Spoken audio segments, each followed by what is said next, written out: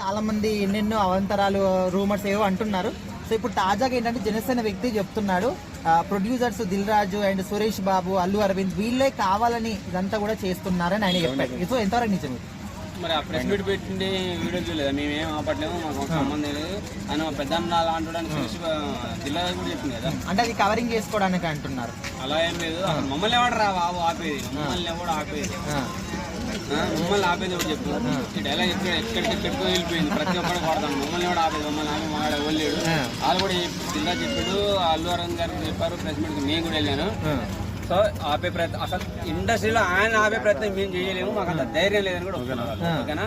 ఎవరికి మేము పోటీగా అందరం కలిసి చేసుకున్నాం. కాకపోతే చిన్న వాళ్ళు చిన్న నిర్మాతలు ఇబ్బంది పడుతున్నారని చెప్పేసి ఆపుదామని ఏదో మీటింగ్ పెట్టాము. అది అందరికి సమన్వయం కరెక్ట్ గా కాలేకపోయింది.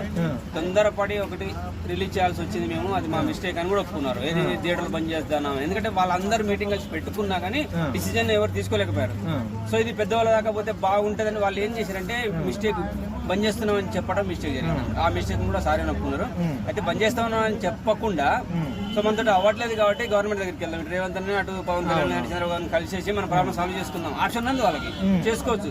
తొందరపడి అది చేయడం వల్ల వాళ్ళు సారీ కూడా చెప్పేసుకున్నారు. అన్న ఇప్పుడు ఇది కొత్త ఏం కాదు, పవన్ కళ్యాణ్ గారి సినిమా వచ్చినప్పుడు వైసీపీ పాలన ఉన్నప్పుడు కూడా సినిమాలు ఆపడానికి ట్రై చేశారు. అంటే ఏ హీరోకు లేని ఈయన సినిమాలకి ఎందుకు ఈ విధంగా అనేది క్వశ్చన్ అన్నమాట. సో ఆపితే వాళ్ళు వచ్చి మనం అడగడానికి ప్రయత్నిస్తున్నారేమో, ఆ హీరోని మనం కంట్రోల్ చేసుకోవచ్చు అని కొంతమంది ఉండొచ్చు. సో అటువంటి వాళ్ళు ఎన్ని ప్రయత్నాలు చేసినా పవన్ కళ్యాణ్ ఆపేవాడే లేడు. ఆయన ఇప్పుడు స్థాయిలో ఉన్నాడు. అవసరమైతే ఫ్యూచర్ లో ఢిల్లీ కేంద్రంలో కూడా కూర్చునే అర్హత సంపాదించాడు. సో 12వ తారీఖు వస్తున్నాడు హరిహర వీరమల్లు. ఖచ్చితంగా ఒక్కొక్కడికి హరిహరాదులు చుక్కలు కనపడతాయి కదా, హరిహరాదులు చూపిస్తాడు ఖచ్చితంగా. హరిహర వీరమల్లు పాన్ ఇండియా లెవెల్లో రిలీజ్ అవుతుంది కాబట్టి ఈసారి ఇండియా స్థాయిలో మన సినిమాలు ఈ మధ్య బాలీవుడ్ దాటి ఏ రేంజ్ లో పోయినాయో హరిహర వీరమల్లు కూడా చూపిస్తాడు, తన కల్ట్ ఏంటో చూపిస్తాడు ఖచ్చితంగా. ఓకే, థ్యాంక్స్ అన్న.